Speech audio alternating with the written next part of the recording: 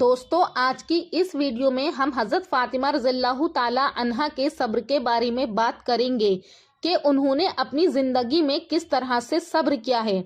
حضرت فاطمہ رضی اللہ تعالیٰ عنہا کی ابتدائی تربیت خود نبی کریم صلی اللہ علیہ وسلم اور حضرت خدیجہ نے کی تھی۔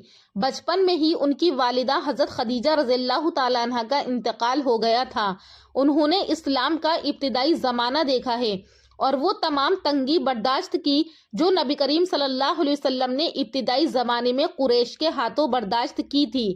اسی طرح ایک روایت میں بیان کیا گیا ہے کہ نبی کریم صلی اللہ علیہ وسلم کعبے میں جب سجدے میں تھے تو ابو جہل اور اس کے ساتھیوں نے حضور صلی اللہ علیہ وسلم پر اونٹ کی اوجڑی ڈال دی تھی، تو حضرت فاطمہ رضی اللہ تعالی عنہا کو خبر ملی تو آپ نے آ کر ان کی کمر کو پانی سے دھویا۔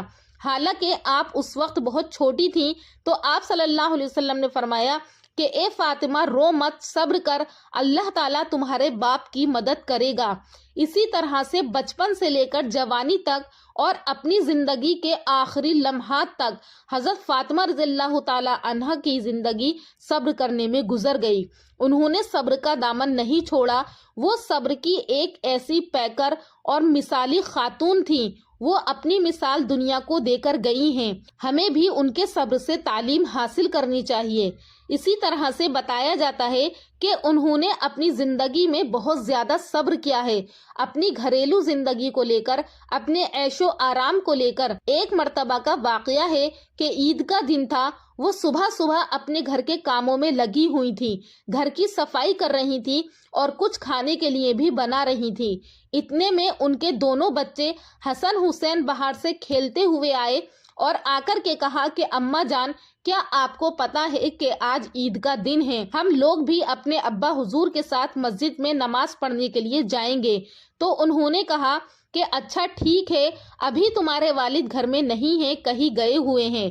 تو اس وقت ان کے بچوں نے یعنی حسن حسین نے کہا کہ اماں جان آج تو عید ہے، کیا ابا حضور ہمارے لیے عید کے نئے کپڑے لے کر آئیں گے؟ تو یہ سن کر فوراً حضرت فاطمہ رضی اللہ تعالی عنہا کی آنکھوں میں آنسو آ گئے اور انہوں نے اپنے دونوں معصوم بچوں کو اپنے گلے سے لگا لیا اور کہا کہ ہاں بیٹا ضرور، کیوں نہیں، تمہارے والد بھی تمہارے لیے نئے کپڑے لے کر آئیں گے، لیکن تمہیں نئے کپڑے پہننے کے لیے نہانے کی ضرورت ہے۔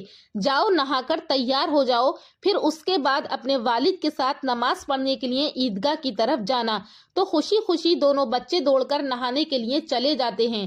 ادھر حضرت فاطمہ رضی اللہ تعالیٰ عنہا کا دل بے چین اور پریشان ہو جاتا ہے کہ میں اپنے معصوم بچوں کو کیا جواب دوں گی اگر بچے مجھ سے عید کے کپڑوں کے بارے میں سوال کریں گے، کیونکہ حضرت فاطمہ رضی اللہ تعالیٰ عنہا جانتی تھیں کہ ان کے پاس بچوں کے عید کے کپڑے بنانے کے لیے پیسے نہیں تھے۔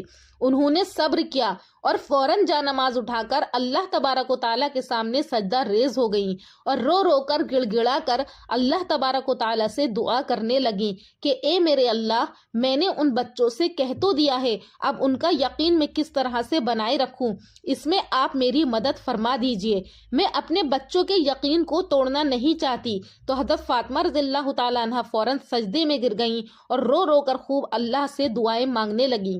اتنے میں دونوں بچے نہا کر باہر آ گئے تو اس وقت بچوں نے آ کر اپنی والدہ کو آواز دی کہ اماں جان۔ تو حضرت فاطمہ رضی اللہ تعالی عنہا سجدے کی حالت میں تھی، انہوں نے ابھی کوئی جواب نہیں دیا تھا۔ اتنے میں گھر پر دستک ہوتی ہے اور بچے کہتے ہیں کہ اماں جان دیکھیں دروازے پر کون ہیں۔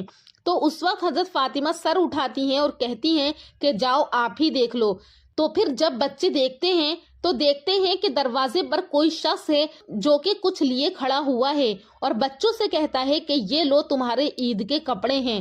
تو بچے خوشی خوشی لے کر ان کپڑوں کو اندر آتے ہیں اور آ کر اپنی والدہ کو کہتے ہیں کہ اماں جان دیکھیے درزی ہمارے عید کے کپڑے لے آیا ہے۔ تو یہ بات سن کر حضرت فاطمہ رضی اللہ تعالیٰ عنہا کی آنکھیں آنسو سے پھر بھر جاتی ہیں اور فوراً اپنے بچوں کو گلے لگاتی ہیں اور اللہ تبارک و تعالیٰ کا شکر ادا کرتی ہیں کہ اللہ تو نے میری مدد کی، بے شک تو ہی ہے جو کہ سب کے دلوں کے حال کو جانتا ہے۔